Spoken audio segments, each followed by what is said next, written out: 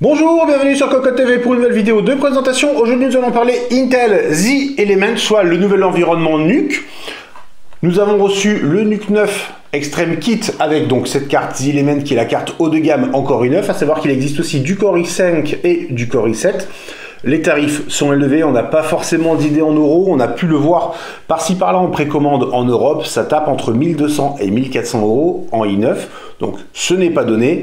C'est un système complètement nouveau, du moins pour les particuliers, puisque le PC prend la forme en fait d'une carte fille. On le voit, nous avons ici UDKR, PCI qui prend 2 slots, la hauteur n'est pas énorme, la profondeur n'est pas énorme non plus, et dessous nous avons ici un connecteur PCI Express x16, puisque dans l'environnement NUC 9 Extreme Kit, il y a un petit PCB dessous qui va permettre, via un riser, de relier une carte graphique, mais aussi un SSD M.2 si jamais les deux SSD NVMe ici ne sont pas suffisants. Le produit est intéressant, on a eu de très grosses surprises lors des tests, on en parlera un peu plus tard dans la vidéo, mais aussi et surtout lors des tests, et on va découvrir ça de suite en l'ouvrant et en découvrant un peu plus en détail comment c'est fait. Le PC Intel Z-Element, donc le voici, on voit bien que ça prend la forme, on va dire, d'une carte graphique avec ici un blower, un carénage intégralement en plastique. À l'avant, nous avons nos deux équerres avec une petite aération ici, le son, 2 ports Thunderbolt 3, c'est plutôt intéressant, sortie HDMI puisque le processeur dispose, y compris en i5 et en i7, d'un contrôleur graphique UHD 630. Nous avons 2 contrôleurs Ethernet.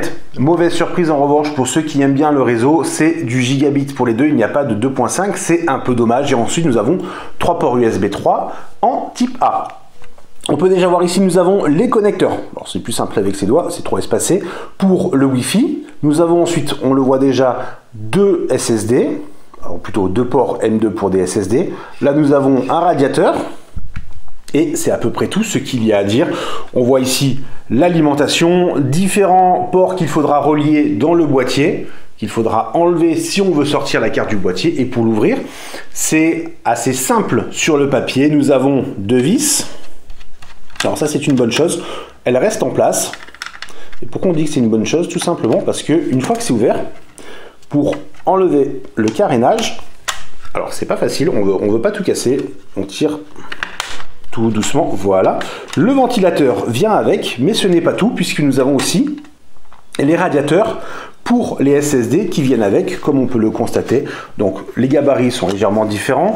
Notre système a été livré directement avec de la mémoire qui est accessible ici, ainsi que le SSD qui est ici, le deuxième prendra place sur le côté. Alors on est assez étonné. On pensait que l'intégration des composants serait beaucoup plus compliquée, qu'il faudrait démonter plus de choses.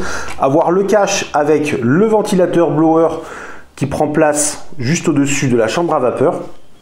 C'est plutôt bien fait, donc la chambre à vapeur est reliée aux ailettes ici et le blower va souffler dans ce sens, donc expulsion de l'air chaud par le haut, à condition bien entendu que le système soit dans ce sens.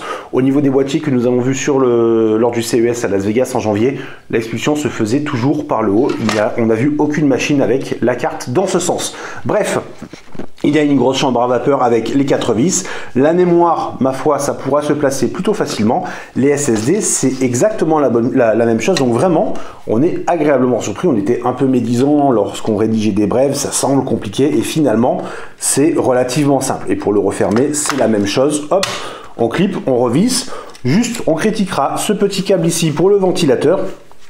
Là, nous avons un petit loquet. Et ici, il n'y a rien, il faut le passer comme ça pour le tenir, c'est peut-être un peu dommage. On notera aussi, nous avons là un connecteur, sauf erreur de notre part, c'est la partie audio. Et en fait, dans le boîtier, le câble longe ici, se place dans la petite goulotte. C'est pas évident à mettre et à remettre, c'est un peu dommage.